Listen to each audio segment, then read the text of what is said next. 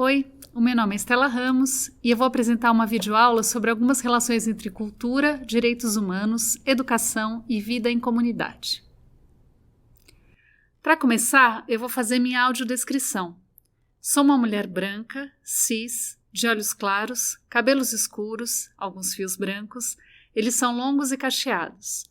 Eu estou usando roupa e batom vermelhos e um brinco azul. Eu estou sentada e ao fundo você pode ver um tecido de chita com fundo verde. Antes de mais nada, é importante dizer que essa é uma introdução a esses assuntos. Ela foi pensada como uma ação para sensibilizar em alguns casos ou em outros para reacender nosso olhar para essas pautas que são tão importantes. Em momento nenhum, a ideia é que isso seja um manual ou que possa ditar regras nesse sentido. Então, se você é um artista, um trabalhador da cultura, um educador, um espectador de arte ou alguém que tem interesse ou curiosidade sobre esses assuntos, esse vídeo pode dialogar com você, não importa de onde você é ou qual é a sua formação. É importante também dizer que a abordagem que eu trago aqui não é jurídica, mas ela foi pensada a partir da educação em direitos humanos, que é um campo transversal e multidisciplinar, e sobre o qual a gente vai falar um pouquinho mais para frente. Primeiro eu vou falar um pouquinho, muito rapidamente, sobre a minha atuação, sobre o lugar de onde eu olho. Eu sou artista educadora, formada em artes visuais, sou poeta e escritora. Além das publicações literárias, eu escrevo livros sobre arte para alunos e professores, e vários deles estão presentes em escolas públicas de todo o país, tendo sido aprovados pelo edital do PNLD. Desde 2008, eu atuo também com o coletivo Zebra 5, desenvolvendo trabalhos no campo da educação não formal e instituições culturais e educacionais, e a gente pesquisa o encontro dos campos do jogo, da arte e da educação, de uma maneira expandida. Em agosto de 2022, eu terminei uma especialização em Educação e Direitos Humanos pela Universidade Federal do ABC. Vamos ao começo. A gente vive no mesmo planeta que outros seres, mas a gente compartilha uma condição bem específica. A gente pode dizer que a característica mais essencial, o que nos une antes de mais nada, é que somos pessoas. Nós somos seres humanos. Essa é nossa primeira camada apenas. É o primeiro modo de definir quem somos. É uma condição que nos reúne em torno de uma experiência geral. Nossas diferenças e a afirmação delas são igualmente importantes, mas sobre isso a gente vai falar um pouquinho mais adiante. Por enquanto, a gente vai investigar como essa ideia de encontrar o que a gente tem em comum, como isso vem sendo levantado e debatido ao longo da nossa história. O olhar sobre nós mesmos e sobre como e o que é viver melhor em sociedade foi se transformando ao longo do tempo, de acordo com as dinâmicas sociais, políticas, econômicas e culturais de cada época. Em vários momentos, o desejo de definir o que é propriamente humano apareceu como pauta. A partir disso, aparece também a necessidade de definir um conjunto de regras de conduta, de regras de comportamento, para que as pessoas possam viver melhor. Isso vem acontecendo há séculos e conta com diversos marcos importantes. Vale dizer que nem sempre eles foram pensados para todos, de fato. Nem sempre todas as pessoas foram vistas como sujeitos de direitos. Ainda hoje, a gente sente na prática essa discrepância. Então, em outras épocas, vocês imaginam, isso era muito mais evidente. Em muitas dessas iniciativas históricas, os direitos eram pensados apenas para um grupo específico, claro, que detinha o poder econômico, político e social. E claro, também a gente sabe que quem detém privilégios sempre deseja mantê-los. Ainda assim, cada um desses marcos foi importante para a construção de um conjunto de resoluções. E esse conjunto de ações ao longo da história acabou desembocando no que hoje a gente entende como direitos humanos. Tem muito material que aborda essa caminhada histórica, então eu vou trazer aqui, vou falar bem rapidamente de apenas alguns desses marcos. Em 539 a.C., o Ciro, que era o rei da Pérsia, Além de libertar os escravos, ele determinou que se permitisse liberdade religiosa e igualdade racial aos persas.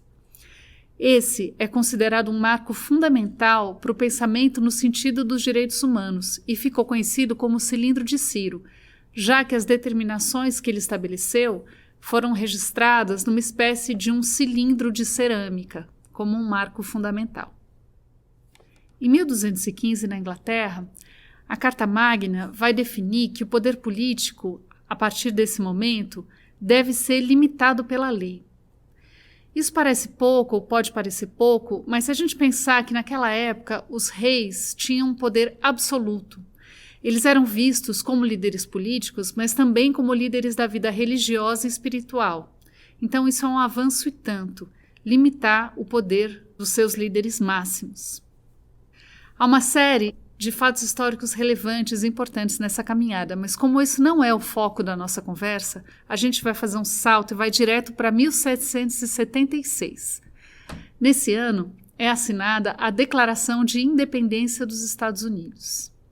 Essa é uma contribuição importantíssima. Ela vai proclamar o seguinte: todos os homens são criados iguais, dotados pelo seu Criador de certos direitos inalienáveis. Bom, a gente pode observar a importância do que é dito aqui. Pela primeira vez, a igualdade é vista como um valor essencial e declarada num documento legal. Além disso, os direitos são classificados como inalienáveis. Essa palavra ela é bem importante e a gente vai voltar para ela em breve para explicar um pouco melhor. Mesmo assim, considerando todo esse avanço, vale dizer que, na prática, esse conceito não se aplicava de verdade a todo mundo. E o maior exemplo disso é que a escravidão ainda era uma realidade naquela época e naquele lugar. Em 1789, acontece a Revolução Francesa, que a gente sabe que é um marco fundamental de uma mudança muito clara no pensamento e no modo de operar em sociedade. Esse acontecimento coloca em evidência 3 ideias que vão ser eixos de inspiração para a nossa declaração atual: liberdade, igualdade e fraternidade. Essas ideias vão ser registradas num documento que é chamado de Declaração dos Direitos do Homem e do Cidadão. Pela primeira vez, a ideia de universalidade dos direitos aparece num documento. Ele diz o seguinte: os homens nascem e permanecem livres e iguais em direitos. Bom, ainda que esse documento não tenha atingido legalmente outros lugares além da França, ele é um marco muito importante, porque ele afirma e chama atenção para essa questão para a sociedade como um todo, de maneira global. Bom, finalmente, em 1945, depois do final da Segunda Guerra Mundial e diante dos horrores que se viram nesse confronto, se a gente pensar sobre o Holocausto, a gente pode dizer que ele não foi nem a primeira e nem a única medida de extermínio de uma comunidade toda, partindo da ideia de origem ou de características raciais. Depois desse horror todo, a reação a isso é um passo fundamental na história dos direitos humanos. 50 países, inclusive o Brasil, se reuniram na Conferência de São Francisco, nos Estados Unidos. Lá, eles assinaram a Carta das Nações Unidas, um documento que deu origem à ONU, Organização das Nações Unidas. Agora sim, a gente tem uma organização global voltada para o combate às violações e opressões no mundo todo. Em 1948, a ONU publica o trabalho de uma comissão que foi liderada pela Eleanor Roosevelt e que ficou conhecida como a Declaração Universal dos Direitos Humanos. Esse é o documento mais recente que a gente tem e que orienta globalmente o pensamento sobre o tema nos dias de hoje. É o instrumento mais importante nesse momento para que a gente possa nos repensar e nos compreender como uma sociedade mais igualitária e mais justa. A Declaração Universal é um documento importantíssimo e ela impacta diretamente o modo como a gente se vê enquanto comunidade. Ela tem 30 artigos que buscam deixar claro o que é necessário para garantir a dignidade humana a todos. Sobre a declaração e o modo como ela foi pensada e construída, é bem importante a gente entender que esses direitos foram estipulados com base em alguns princípios. Em primeiro lugar, eles são inalienáveis, como a gente já viu, ou seja, ninguém pode tirá-los de ninguém. Então, os direitos se referem a todo e qualquer ser humano. Em segundo lugar, eles são indivisíveis, o que quer dizer que eles são interligados e interdependentes. Para que se alcance algum direito, os outros têm que ser garantidos. Não se pode ter saúde sem alimentação, por exemplo. Por último, eles são universais, ou seja, eles se estendem a todos, sem exceção. Isso significa que o fato de você, humano, existir nesse mundo, em qualquer lugar que tenha nascido, qualquer que seja o seu gênero, as identidades que você carrega, a cor de sua pele, a sua nacionalidade, a sua crença ou não crença, você é um sujeito de direitos e de dignidade. Bom, a gente pode imaginar, mas não custa relembrar que é de uma importância enorme a reunião de nações diversas que vão, em conjunto, afirmar que todos nós temos direito à dignidade. As questões realmente começam quando a gente pensa na transposição desses ideais para a vida concreta, para a vida de todos nós. Vamos fazer um exercício. Ouça e pense como você entende a afirmação que eu vou ler a seguir. Pensa como ela impacta você a partir do modo como você vê o mundo, como percebe o mundo, a sua comunidade, assim por diante. O texto vai dizer o seguinte: todos os seres humanos nascem livres e iguais em dignidade e em direitos. Dotados de razão e de consciência, devem agir uns para com os outros em espírito de fraternidade. Este é o primeiro artigo da Declaração. No que você pensou? Como você se sentiu diante dessa afirmação? Se você quiser, pause o vídeo e pense por alguns momentos. Pode parecer evidente que esse artigo contempla a todos nós. Quem não gostaria de viver regido por ideias tão importantes e tão essenciais? No entanto, quando a gente pensa na realidade em que a gente vive, muitas vezes a gente pode se sentir frustrado com o contraste entre o desejo de uma cultura de paz e a realidade de violações constantes. Desistir então um caminho? Não, nunca. Nessa hora, vale lembrar como é importante alimentar as utopias e seguir afirmando o desejo por transformação. Nesse vídeo, eu falo especialmente para quem lida cotidianamente com arte e cultura, seja como criador ou como espectador, para quem traz isso no cerne da sua atuação no mundo. Vale lembrar que parte do nosso trabalho acontece no campo simbólico.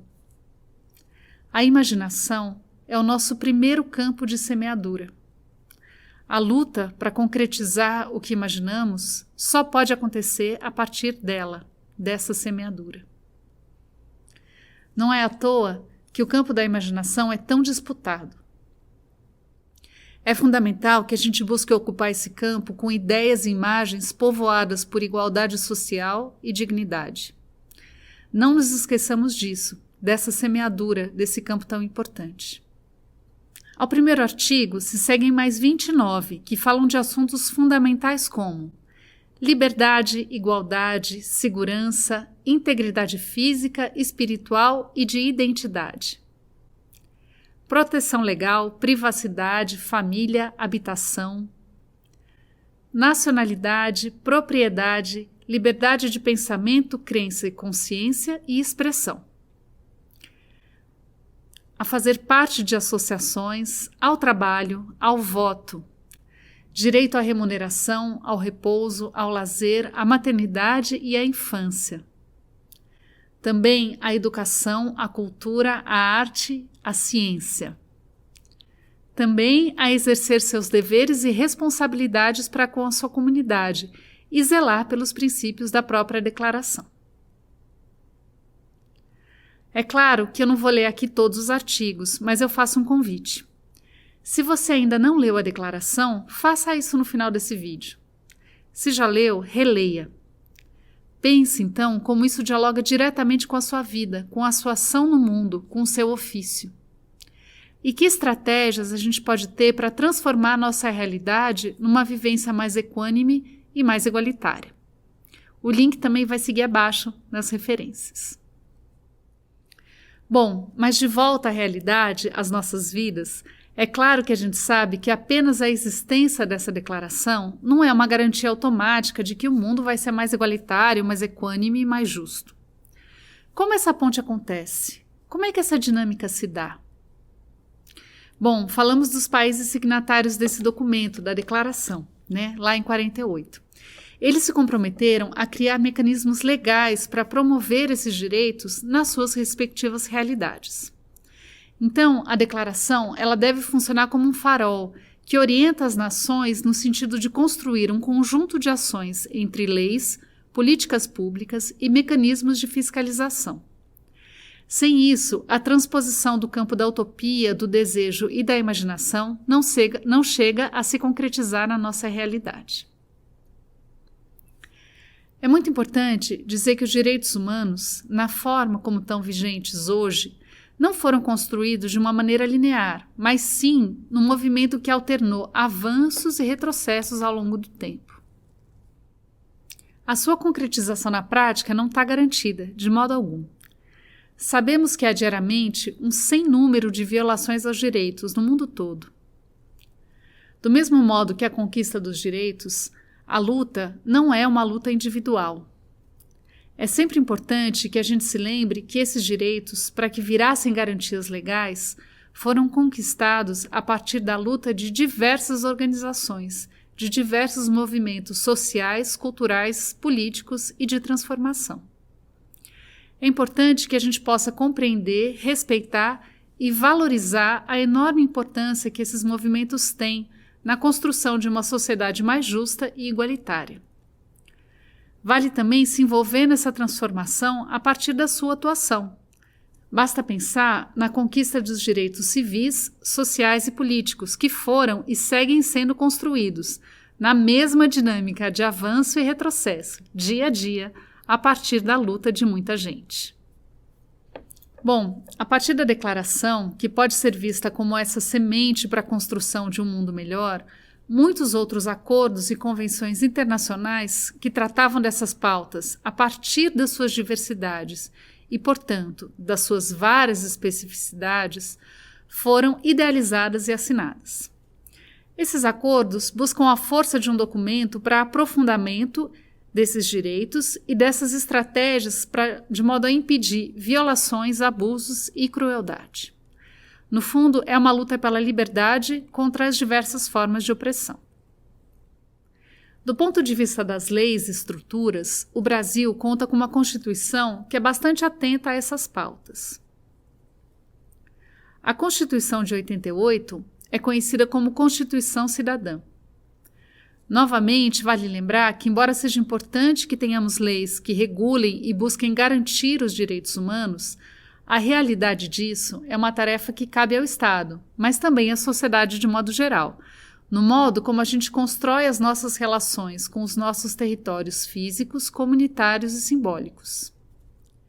Tão importante quanto reconhecer que temos, todos nós, humanos, direitos, é nos reconhecer nas nossas diferenças e diversidades. Essa dinâmica é complexa e dá a dimensão do imenso desafio que é garantir direitos com foco na diversidade. Queremos direito para todos os grupos e, por isso, é importante ouvir, conhecer, estudar e olhar para os campos específicos que compõem essa diversidade. Cada um de nós tem um repertório de vida, familiar, regional, comunitário, e que vai ser determinante nas vivências e experiências que nos formam. Nossos costumes, nossas práticas, a língua que falamos, as ideias e nossos modos de agir no mundo são camadas importantes. Com isso em mente, vamos entrar no nosso próximo assunto. Bom, falamos sobre o desenvolvimento e a importância da Declaração Universal dos Direitos Humanos. Agora, a gente vai se aproximar de um artigo em especial dentro da Declaração, que vai ser o nosso ponto de partida para aproximar direitos humanos e práticas culturais. Vou ler o artigo 27. Todo ser humano tem o direito de participar livremente da vida cultural da comunidade, de fruir as artes e de participar do progresso científico e de seus benefícios. A abordagem sobre direitos humanos e cultura, a partir da Declaração, geralmente parte dessa ideia de participação, tirada diretamente desse artigo que mencionamos. Mas o que isso significa na realidade? Bom, para embasar nossa conversa, eu vou partir aqui de um artigo de Francisco Humberto Cunha Filho e vou fazer uma diferenciação de antemão, de início. Quando falamos em direito à cultura, o nosso olhar é mais amplo e compreende um conjunto de modos de saber e fazer mais gerais, mesmo que eles se refiram a comunidades ou populações mais específicas. Todos temos direito à participação na vida cultural da comunidade e à sua proteção enquanto patrimônio. É uma abordagem mais geral da ideia de cultura, abarca um campo maior.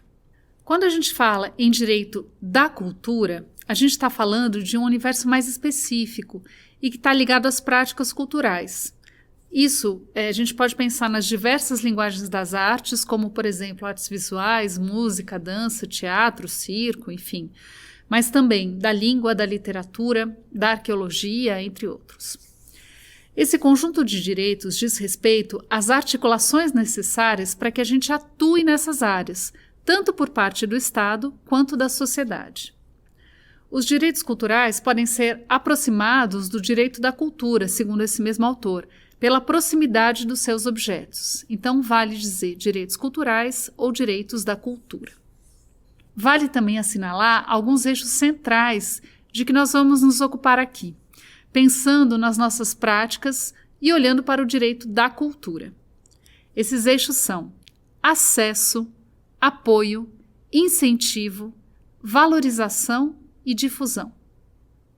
Se voltarmos ao artigo 27 e a palavra participação, fica fácil a gente imaginar que a construção coletiva para que esse direito seja uma realidade envolve uma trama que é construída por muita gente. Da nossa parte, trabalhadores das artes e da cultura, é importante a consciência de conhecer, acompanhar e cobrar as autoridades competentes sobre a concretização desses eixos. Nenhuma dúvida sobre isso. Mas é importante também observar na nossa própria prática se estamos buscando nas nossas ações olhares para esses eixos, para que eles possam ser de fato potencializados. Bom, na prática, isso significa que, para além das questões artísticas, que são o eixo motor principal da nossa atuação, vale pensar também no modo como ela será realizada e se a gente consegue uma aproximação e uma ampliação da possibilidade real garantida a toda a comunidade. Em suma, é importante que a gente esteja atento a algumas dessas questões e que a gente possa pensar se há acesso para pessoas com deficiências em suas diversas especificidades, pessoas em vulnerabilidade social ou econômica, se a gente consegue garantir um ambiente acolhedor para identidades diversas e para a infância, se a gente está atuando na valorização de artistas da nossa região, se há o incentivo para quem ainda não tem uma trajetória consolidada, para quem está começando, se a gente busca atuar no apoio para uma circulação de bens artísticos e culturais e para que seja possível, no fim das contas, ser artista e viver do seu trabalho na sua cidade ou na sua região. É fundamental, como a gente já disse, saber estar atento e cobrar as autoridades responsáveis, como também conhecer as políticas públicas que caminham nessa direção. Mas cabe também a nós pensar e propor alternativas, compartilhar saberes e, não menos importante, trabalhar no sentido da conscientização sobre a valorização do campo das artes e da cultura, mas diretamente junto à comunidade que nos cerca. Fica difícil garantir nossa atuação, às vezes mesmo nossa sobrevivência ou até a nossa dignidade, em comunidades que não valorizam nossa área como eixo essencial na vida de uma sociedade e que veem as artes como alguma coisa menor, desnecessária ou até mesmo como um olhar pejorativo, muitas vezes a partir de falsas notícias ou reprodução de discursos de ódio. Para isso, vale que a gente se aproxime de uma área valiosa nessa luta, a educação em direitos humanos. Bom, lembra que a gente falou sobre os direitos serem indivisíveis? Muito bem, a educação é um exemplo perfeito de um direito que atua na garantia dos outros. Por esse motivo, entre outros, a educação em direitos humanos tem uma abrangência social muito ampla. Ela atua em diversos campos, para além da educação formal, da educação não formal. Ela pode também ser uma prática de conscientização e de transformação, justamente por esse seu eixo transversal.